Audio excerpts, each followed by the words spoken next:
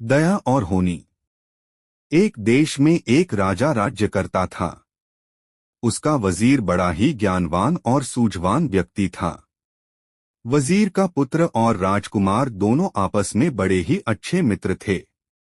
परंतु वजीर का पुत्र बहुत ही दूरदर्शी और समझदार था। दोनों प्रातःकाल भ्रमण के लिए इकट्ठे ही जाया करते और इकट्ठे ही खाते पीते थे। राजकुमार कुछ लापरवाह स्वभाव का युवक था।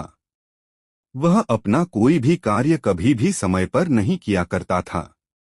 एक दिन वजीर के लड़के ने अपने मित्र राजकुमार को कहा, परंतु राजकुमार उसका सुझाव अस्वीकार करते हुए बोला, मित्र, मैं आज तो तुम्हारे साथ बिल्कुल नहीं जा सकता, इसलिए आज तुम भ्रमण करने के लिए अकेले ही चले जाओ। मायूस होकर वजीर का लड़का अकेले ही उस दिन भ्रमण करने के लिए चल पड़ा। जब वह बहुत दूर निकल गया तो उसके मार्ग में एक नदी आ गई। अब तक चलते चलते वह बहुत थक चुका था, इसलिए वह रुककर वहीं एक शिला पर बैठ गया और उसने अपनी टांगें उस नदी में लटका दी। अचानक ही उसका ध्यान पास खड़े एक वृक्ष पर गया। वहां दया और होनी नाम वाले दो पक्षी बैठे हुए थे, जो कि आपस में बातें कर रहे थे।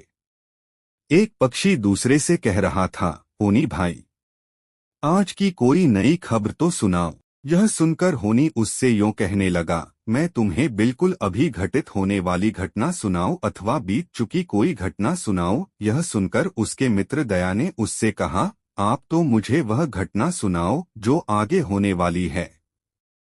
यह शर्त सुनकर दूसरा होनी नामक पक्षी उससे कहने लगा, देखो, आगे जब इस शहर के राजकुमार ने अपने विवाह के समय घोड़ी पर चढ़ना होगा तो मैं जाकर उसके प्राण ले लूंगा। दया ने उससे जिज्ञासावश पूछा, भला वह कैसे? इस पर होनी ने कहा कि मैं एक शेर बनकर उस घोड़ी पर बहुत जोर से आक्रमण कर दूंगा और इस तरह से उसके प्राणों का ही हरण कर लूंगा।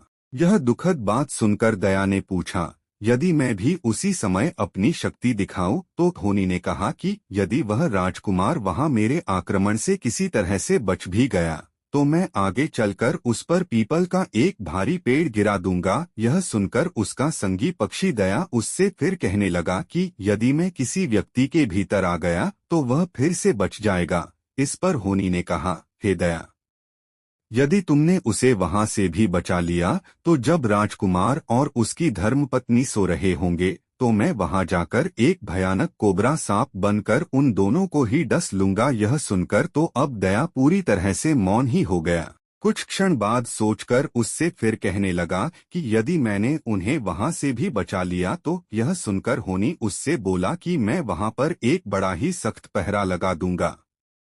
राजकुमार के कमरे में कोई और प्रवेश ही नहीं कर सकेगा। हाँ, यदि कोई प्रवेश करने का तनिक सा भी प्रयत्न करेगा या करना चाहेगा तो वहीं का भी मारा जाएगा। मैं तुम्हें पहले से यह बात बता दूं कि राजकुमार और राजकुमारी दोनों को ही इस बात का पता नहीं चलेगा। अब दया ने फिर से पहले की तरह एक लंबी चुप्पी साध ली और एक गहरी और गंभीर सोच में डूब गया। दया और होनी की ये सारी बातें वजीर के लड़के ने सुन ली।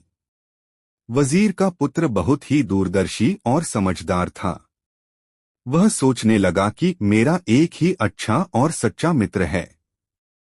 भगवान न करे यदि वह विवाह वाले दिन ही अपनी मृत्यु को प्राप्त हो गया तो सारे राज्य में शोक फैल जाएगा। यही सोचकर उसने यह पक्का निश्चय किया कि चाहे मेरी जान ही क्यों न चली जाए परंतु मैं अपने मित्र की जान जरूर बचाऊंगा। इस प्रकार उसने निश्चय किया कि वह हर हालत में अपने मित्र के प्राणों की रक्षा करेगा। जब राजकुमार की बारात शादी के लिए चली तो वजीर का लड़का भी अपना घोड़ा लेकर उसके साथ ही चल पड़ा। उसका घोड़ा भी राजकुमार के घोड़े के साथ ही था। दोनों हंसते हुए बातें करते हुए जा रहे थे कि अचानक ही आगे एक बहुत बड़ा गड्ढा आ गया। जब राजकुमार का घोड़ा आगे होने लगा तो वजीर के पुत्र ने अपने घोड़े को आगे ले जाकर सीधा उस गड्ढे में गिरा लिया। वहां वास्तव में पहले से ही एक शेर छिपा हुआ बैठा था। शेर ने जोर से एक दहाड़ मारी और उस पर बड़े जोर से आक्रमण कर दिया, परंतु वजीर का पुत्र तो पहले से ही तैयार था। उसने अपनी तलवार निकाल ली और झट से उस शेर के टुकड़े टुकड़े कर दिए। यह दृश्य देखकर वह राजकुमार वजीर के उस पुत्र पर बहुत ही क्रोधित हो गया। उसने उससे यूं कहा, तुमने आज बहुत बड़ी गलती की है। आज तुमने मेरे शिकार को मार डाला है।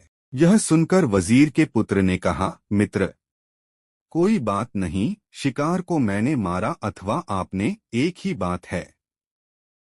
हम दोनों मित्रों में भला अंतर ही क्या है। ऐसा कहकर उसने शिकार मारने वाली वह बात हंसी में उड़ा दी। इसके बाद राजकुमार की बारात धूमधाम से पहले की तरह आगे चल पड़ी। जब वह बारात आगे पीपल के एक बड़े से पेड़ के पास पहुंची तो वजीर के पुत्र ने अपना घोड़ा राजकुमार के घोड़े से आगे कर लिया। इसके साथ ही उसने राजकुमार के घोड़े की लगाम अपने हाथों में ही संभाल ली और वहां से उसे आगे ले गया। उस पीपल के वृक्ष के आगे से निकलते ही उसका घोड़ा धरती पर औंधे मुंह गिर पड़ा। राजकुमार तो पहले से ही उसके प्रति क्रोध में था, अब उसे और अधिक क्रोध आ गया। राजकुमार सोचने लगा कि इसने फिर से मेरी बेइज्जती कर दी है। उसने यह तो नहीं देखा कि पीपल का वृक्ष गिर गया है। यदि वह वहां से गुजरता तो उसके नीचे दबकर मर ही जाता। फिर भी राजकुमार विवाह का शुभ अवसर देखकर अंदर ही अंदर अपने क्रोध को पी गया। जब विवाह की सभी रस्में जैसे तैसे पूरी हो गईं, तब राजकुमार और उसकी नई नवेली वधू को महल में एक बहुत ही सुंदर कमरे में सोने के लिए भेजा गया। वजीर का पुत्र बाहर बारात के लोगों के साथ ही सो गया, परंतु उसे नींद नहीं आ रही थी। इसका कारण यह था कि उसे पक्षी होने की बात अभी भी याद आ रही थी कि वह सांप बनकर राजकुमार की जूती में घुसकर सुबह होते ही राजकुमार को डस लेगा। अभी वह राजकुमार के कमरे में जाने के बारे में सोच ही रहा था कि उसने बहुत सारे सैनिकों को राजकुमार के कमरे के इर्द गिर्द घूमते देखा।